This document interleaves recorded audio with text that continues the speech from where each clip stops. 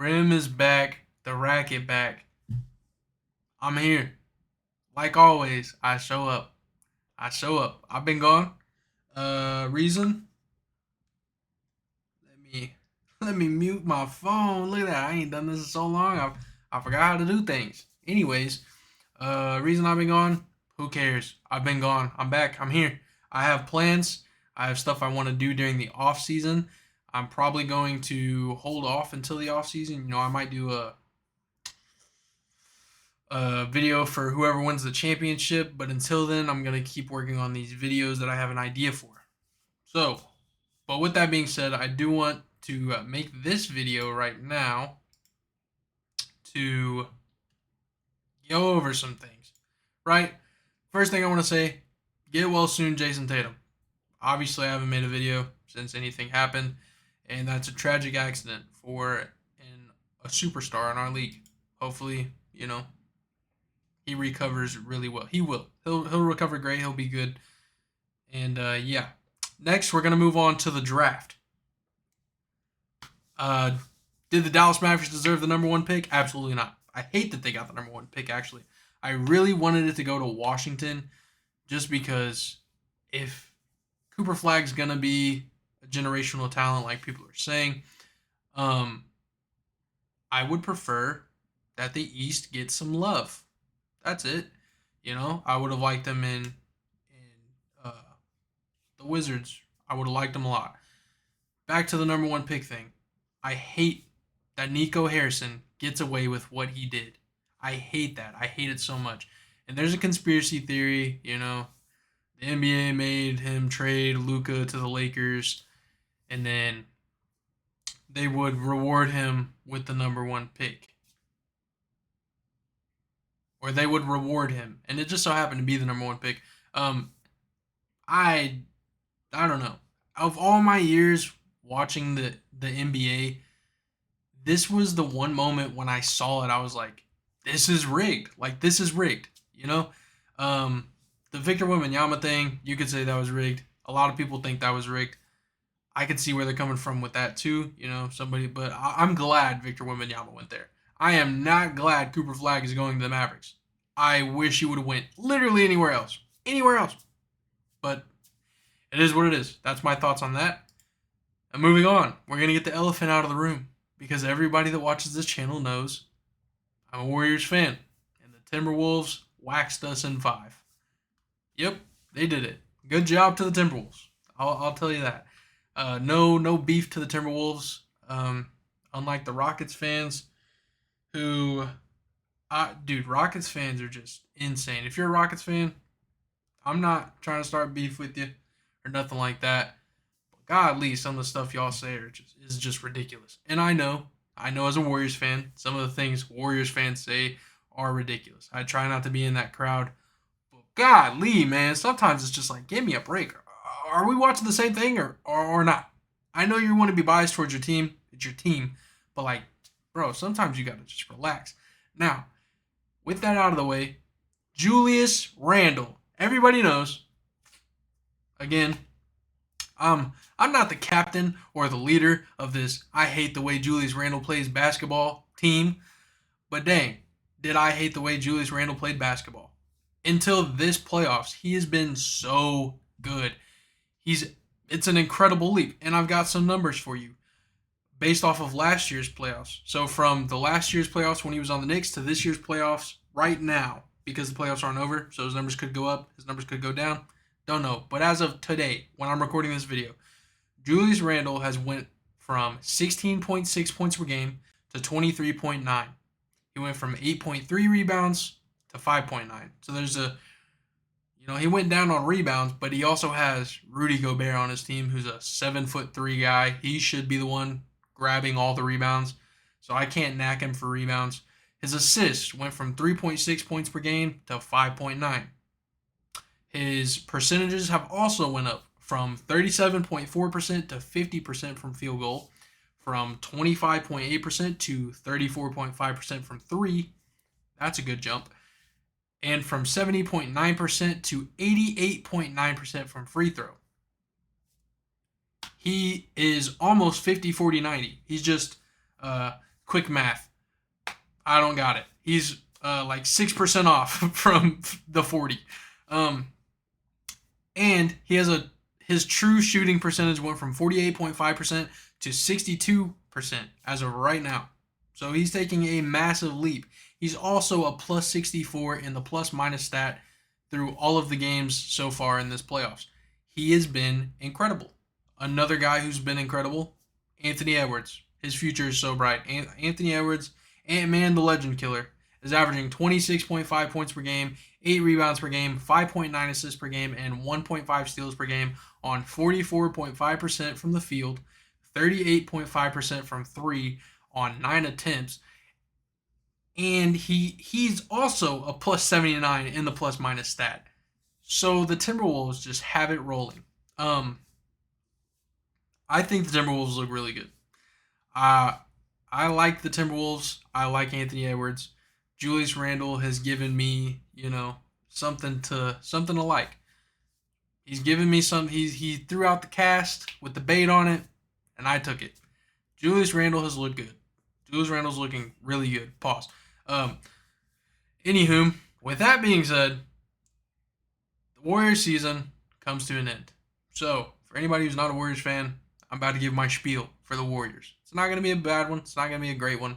Whatever. The Warriors season comes to an end, and I'm happy. I'm happy how it ended. We had the hot 12-3 start. Then we had the worst collapse heading into All-Star break. And then we made the Jimmy Butler trade, and we went on a crazy run. By no means was this season great, but I think we can hang our hat on what our defense can do for next year. And again, we went from almost missing the playoffs to going out in the second round as a 7th seed. So, I'll take it. I'll take it. With that being said, though, the Steph Curry injury, he had 13 points in 12 minutes in the first game. I don't think the Timberwolves were going to be able to stop Steph. In my personal opinion, I think if we had Steph, we would have advanced. But we didn't have Steph, and unfortunately, injuries occur. It's part of the game. The Timberwolves weren't going to just, hey, we're not going to play because Steph's not playing. That's not how it works. Injuries happen literally anytime somebody wins a championship. Somebody's like, oh, well, it's because this guy was injured. It happens every single year. Every championship would be voided if injuries mattered. I mean, the injuries mattered to the team, right? But, they happen. It happens. It's part of the game, unfortunately. And so I tip my hat to the Timberwolves for, destroying us. That's what they were supposed to do. They did what they were supposed to do. But in my personal opinion, I know I'm a Warriors fan, so take it with a grain of salt. I think we could have won with Steph. 13 points in 12 minutes, he was going to have a 40-point game. That boy was going to go crazy. And in my personal opinion, I think the Rockets' defense was going to be the toughest defense we would have seen, and I do think that we had a potential run at the title. I'm not saying that we would have won it, but I think if Steph was here and we got past the Timberwolves, I think we would have been riding on fumes, on highs, and if we could have just kept our foot on the gas, especially with what happened to Tatum, which the Celtics aren't out of it, by the way. They just won yesterday. But I think we could have had a good case. I'll say that. We could have had a good case. And life goes on. Back to Steph. You don't have to be a Warriors fan to know that Steph is the most important part of this team. When he plays, they have a 64.6 win percentage. When he doesn't play, they have a 38.6 win percentage. That's a 26% difference. That's the highest of any player ever. Over LeBron, over Michael Jordan, over Tim Duncan, over Shaq, over Kobe, over everybody. He's over him. Steph is the system. Steph is the guy. He makes this team so much better. Here's some numbers. Brandon Podziemski, his efficiency field goal percentage when Steph is on. When Steph is on, he shoots 52%. When he's off, he shoots 26%. When Gary Payton, with Steph on, it's 62%. With it off, it's 42%. Moses Moody when Steph is on, 49%. Moses Moody when Steph's off the court, 35%. Buddy Hield when Steph is on the court, 63%. When he's off the court, 52%. That's glaring numbers. Um, Steph is Steph is our Batman, like Jimmy said. Speaking of Jimmy Butler, I really wanted him to be more aggressive. Game one, he took 20 shots and we won that game. Game two, he took 13 shots. Game three, he took 26 shots, and game three was the one that we needed to win, and it slipped away. I think him and uh, Jonathan Kaminga combined for 63 points, I believe, if I remember off the top of my head correctly. And unfortunately, we just could not get that one. I do not blame Jimmy for that game at all. Game four, he took 9 shots. In game five, he took 11. I don't have the numbers for how many shots Jimmy was taking to take that Miami Heat team to the finals, but that was also like 3 years ago. Maybe Jimmy has changed, and unfortunately, it is what it is. Like I said earlier, life goes on. He didn't take the shots, but as a Warriors fan, as just a fan of basketball in general, I wanted him to take more shots. He needs to be more aggressive, especially with Steph Curry out. He's the second guy. When the guy's out, you become the guy. You know? What is it, dog eat dog world or whatever? I don't know if I'm even using that quote right. But dang it, that's what I needed Jimmy to be. I needed him to be a dog. And he just wasn't that aggressive on offense. It is what it is. Jonathan Kaminga, though, he played his tail off, and he definitely will get paid. After only getting 13 minutes in game one, he played 26 minutes plus in the final 4 games and put up 18 points, 30 points, 23 points, and 26 points in those games. His defense was solid. His rebounding could have been a little better, but it could have been a lot better, actually. But other than that, I just want to say thank you, Jonathan Kaminga, for being a Warrior. I know, you didn't get to play a lot here and there, and stuff was bad in the office, and this and that and that and this, but that's not your fault, When a coach has his rotation, a coach has his rotation, and unfortunately, you didn't get a chance to prove yourself until the last 4 games of our season, pretty much. And yeah, but I also I don't know. I just want to thank you. Thank you. I want to see him I want to see Jonathan Kaminga on a new team. I do. I want to see him on a new team. If we could sign and trade him, that'd be great. But it is what it is. We had our chance to trade him multiple times, and me personally, I want to see him in Brooklyn. I want to see him with a new coach and an ungodly amount of minutes to do what he's got to do to become a great player, because he has all the tools necessary to be a great player. He's already athletic. He's got all the athletic tools you need to be a good defender. Literally, the jumper. If he could just get the jumper to fall, he'd be solid. He'd be solid. He'd be really good.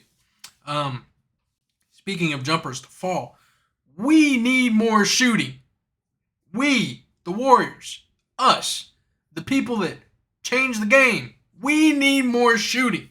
Without Steph, this team can't get anything to go in, and it's very unfortunate. Pods is super hesitant to shoot the ball at times, and it makes me so angry that he passes up these shots, because I know for a fact Klay Thompson would have shot that ball. There's that meme, Klay went 0 for 10. At least he kept shooting. We needed Pods to step up just as much as we needed Jimmy Butler to step up, just as much as we needed Buddy. We needed the whole team to step up, and none of them did it. Pods did have a really good game at the very last one, but there's so many more shots he could have taken that he needed to take, that we needed him to take, and he didn't. Gary Payton II, not reliable from deep. Buddy Hield should be better, and what I mean by that is, literally he's a 3-point specialist. I will give him props. He was playing some really good defense in the Rockets and Timberwolves series. I'm not saying he was the great defender, but he had moments of great defense. But he's a 3-point specialist, and golly, man, if he's not swishing the shot, that thing is hitting the backboard. He's building bricks. I don't know what it is about Buddy Hield, but it's like every time he shoots the ball, it's a swish or the worst miss you've ever seen in your life. And I hate that, because I wanted Buddy Hield to be really good for this team. Obviously, the chemistry's there. You guys see the clips of him and Jimmy Butler having fun together, and I love that for the locker room. But god dang, man, can you make a shot? The game you went crazier than Rockets. I was like, I even tweeted, I was like, I will never disrespect Buddy Hield again. Here we are. Um, I'm not being disrespectful, I don't think, but I'm just asking you to, like make more. I don't know.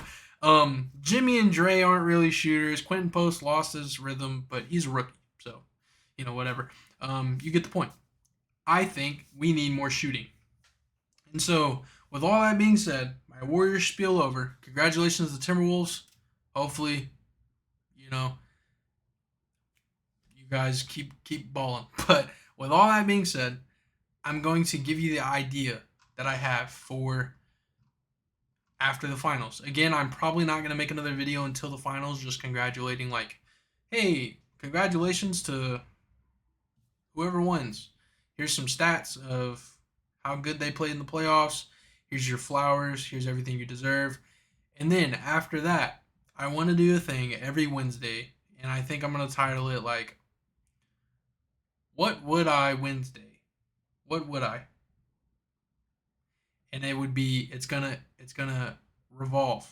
It's gonna be a what would I do? I'm gonna put myself in a scenario that I'm the GM, and I'm going to try to make it my own little world. So the first thing that's gonna happen is we're gonna start with the NBA draft. I'm gonna go through a mock draft and do a 60 pick for every team. I might invite Preston or somebody else on here to help me do that because 60 picks is a lot. And yeah, so we're gonna go through every team and then we're gonna pick for them, like we're their GM. Then the next episode, I would pick a team at random. I'll spin a wheel, pick a team at random, and then let's say I'm the Wizards GM for the day. What would I do as the GM of the Wizards? Here's what I would do. I would trade A, B, C, D. I would do this, that. I would look to move this. I would, essentially, how would I fill out the roster as the GM? Some teams are going to be easier than others. Again, the Wizards, for example, I know tanking didn't work this season, but I mean, what do you got to work with now? So it's probably going to tank again. So as the Wizards GM, I probably wouldn't do a lot. That video is going to be shorter. But like as the Warriors GM, I already have ideas flowing. Oh, I want to target this guy and I want to do this. But again, I want to make it my own world. So let's say, for example, who's a free agent? Quentin Grimes. I think off the top of my head, we're using Quentin Grimes as an example. Quentin Grimes is a free agent. If I say, oh, I'm the Spurs and I want to sign Quentin Grimes, that means for the other 29 teams that I have to do a video for, I cannot target Quentin Grimes because he's signed. I'm going to try to do that. Again, it's going to be a lot of work. It's going to be difficult. And yeah, hopefully it'll be fun. Hopefully you guys tune in. Hopefully you guys enjoy. And I'm going to quit yapping right now. Last thing I'm going to say is if you enjoyed the video and you want to see that, or maybe even more mini docs. What happened to the mini docs? It's just they're just not long enough. I talk too fast and I can't stop myself from talking too fast. And so I don't know. A 5-minute video, I feel like it's just not worth it to put it out. That's just, yeah. But this stuff I hope will be good. This video itself is 20 minutes long. I'll take that for being gone for Hellas.